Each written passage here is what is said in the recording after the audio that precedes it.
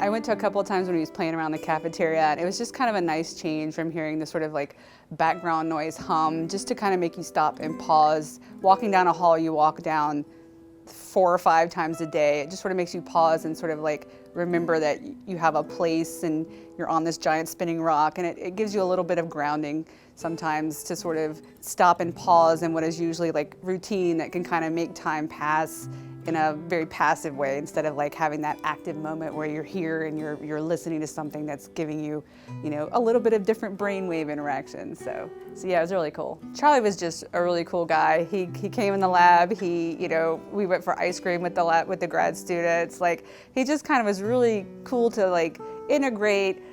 He was easy to talk to. He asked really kind of interesting questions that sometimes made us go, oh yeah, okay, we never thought about that way. So it was a very cool interaction to have, and I'm glad he was here, and I'm glad my grad students got to experience that. Charlie is so calm and perceptive and really, really into his work. He came in and just, you could tell he was observing everything, and it was really fascinating to watch him distill all of those observations into his communication through music. Because he was able to and willing to look in so many places and immerse himself in so many places, I think it makes it truly of LSU.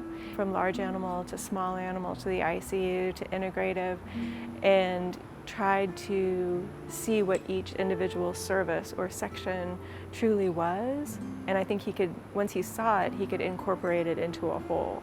And so I do think the music, by spending a month here, he was able to create a music that encompassed everything and everyone. When you said musician, I was particularly excited because I'm a musician, hobbyist, and I'm really always excited about the ways that music makes me feel and ways that when I hear other people play music, how it makes me feel. And it's always interesting to hear perspectives in music, which sometimes people don't really understand. I think Charlie did a really good idea of coming in and talking about his motivation, his inspiration, and his process that was not unlike the scientific method. So, you know, he had a process, it followed steps, he had a protocol, and it was really cool, especially for my students who tend to be siloed in their scientific mind for 4 years as students, to sort of be able to let that breathe a little bit into other aspects of life. Well, you know, I mean, students, after he left, we had a chance to debrief, and I said, so tell me what he thought. And they were like, the first question was, I didn't know music therapy worked with animals. And I said, music therapy does not work with animals, however, but music could impact animals. There are studies out there. And they were like, oh, yeah. And I said, and also the music not only could help with the animals, it could help with the practitioners and supporting them as they might be working in stressful situations. So it was a nice bridge, and it was a nice way to kind of identify what the differences were, but how music was the bridge for both. It's always great to have someone come in and appreciate what you're doing, right? So when someone comes in and says, oh, I'm excited about mosquitoes, believe it or not, don't get that often. So it's fun to have people come in and say like, oh, show me more.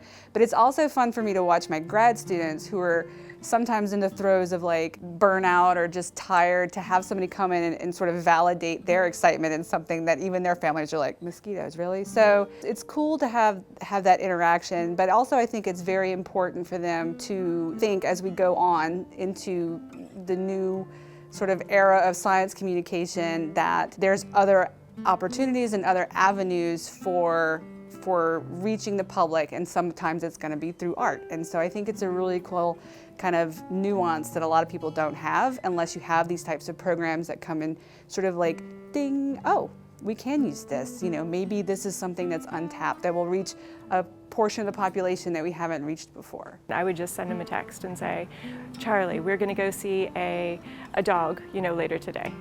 Are you interested? Yep, he would show up. Charlie, we have a possum. Do you want to come down and see what we're doing with the possum? Absolutely, he'd show up.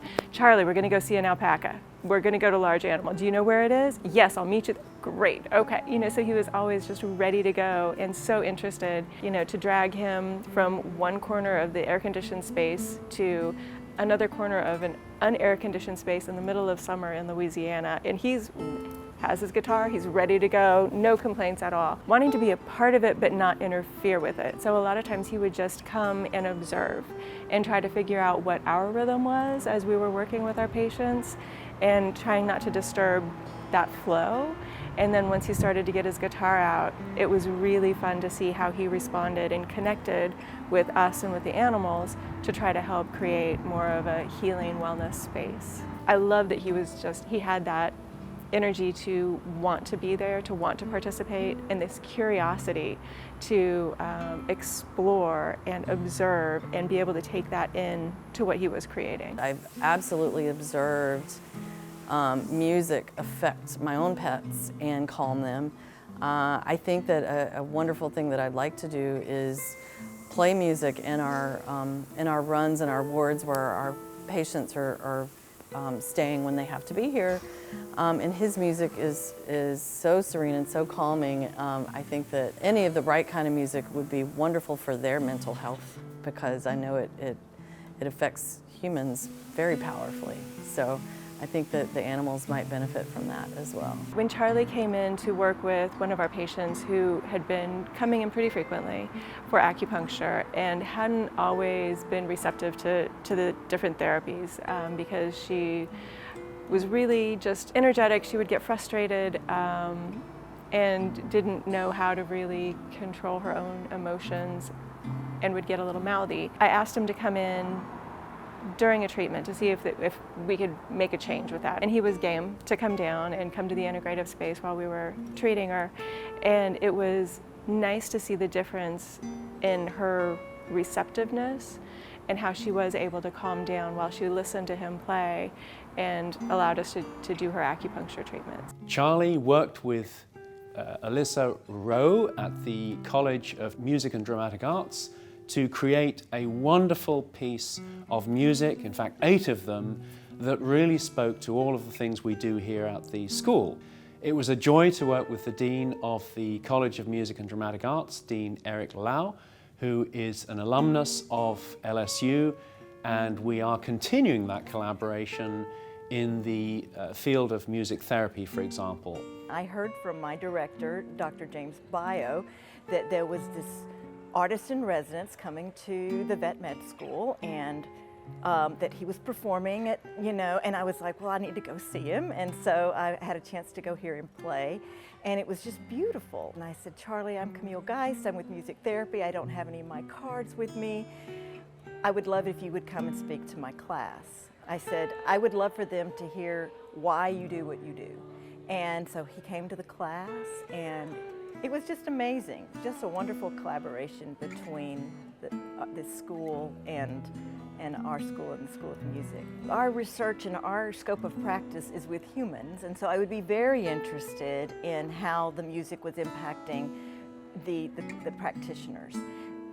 Was it helping with their stress, if they had any stress? What kind of, was it helping lower anxiety? But you know what? I'd probably sneak in and write some observations about that animal as well. The research designs are there for us. We just have to figure out the behaviors and how we're going to measure them. That would be interesting. We already know now from some studies that dogs and cats do respond to certain types of music better than others, and some types of music are very soothing to them.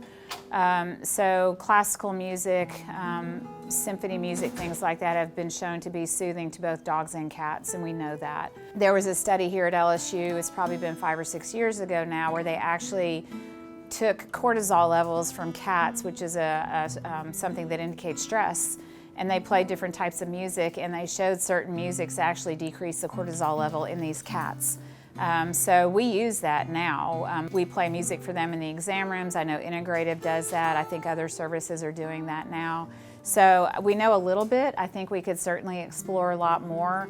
And then knowing that's piece one, but then piece two is what do we do with that information moving forward? How do we make sure to integrate that into all the visits that we do and make that just another layer of just what a normal vet visit is going to be moving forward. So I think Charlie was super interested in that, and the pieces that he wrote I think show that just the different pieces that he came out with was what I think partly probably what he found worked well with the patients, and also I liked how he put it was his story. It is also wonderful to recount how we welcomed last year another artist, this time a visual artist, Shelby Prindaville from Iowa, who painted in a way that captured each of our missions. Her paintings were incredible, and her productivity was equally impressive. We culminated that program in a public lecture and display of her art, including her paintings, but also sculptures that she produced along the way, and spoke to each of our missions once again, teaching, healing, discovering, and protecting. And the unique feature of her art was the fact that she used media and artifacts of our actual disciplines, specialties, in her particular creations. So for example, the rope that's used for managing large animals in terms of their halters, or some of the stains that we use to stain microscope slides to look at cells under the microscope. She used them in her art in a really powerful way that magnified and augmented the creations that she produced. So the first artist that came to me made, for my little brain, a better connection because she was painting what she was seeing in her interpretation of what we do here. And to me, that made a lot of sense. Charlie, I think I had a hard time wrapping my head around that starting off, on how a musician would come interpret what we do here. But after meeting him and talking to him, he asked the most amazing questions, very detailed questions, really wanted to understand what we did every day in each section. And I think he spent a lot of time trying to understand everybody's subspecialty and what we do with the animals and how we approach them. And then in his own way made an interpretation of that, which I think was absolutely incredible. So seeing the result of what he did now makes a lot of sense to me. I was very lucky to go to his concert, and it made a huge impression on me. Some of them actually brought tears to my eyes. So first of all, I think it's so important that we realize that as part of the human condition, art is such a huge, huge part, right? And so we can't just separate science, art. We have to realize that we're part of, a whole system of humanity, which absolutely includes the creative arts. So, so this program in general just really speaks to me, and that we have an artist coming to sort of find another avenue of communicating all the great things we do here through different media.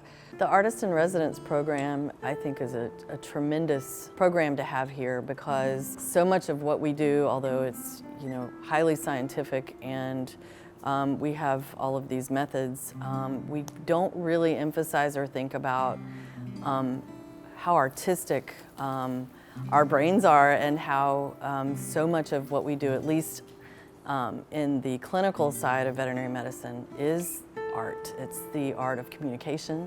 And so what these artists in residence are doing is communicating through their media, and it's brilliant to see. My communication is verbal, but theirs is many other different methods, and it's fascinating to see how they interpret and communicate their perception of what we're doing. I think this program is really interesting, and I'm looking forward to the next thing that we get to do. I think as medical professionals, we tend to be very focused on the hard science and all of this, and I think it's incredible that we have these outcroppings of other areas. That's why I love having our integrative medicine service here, and then having this to explore, hey, what are some other things that we can do to make our patient experience better, but also make our work-life experience better. So I think it's a really cool thing that we're doing here.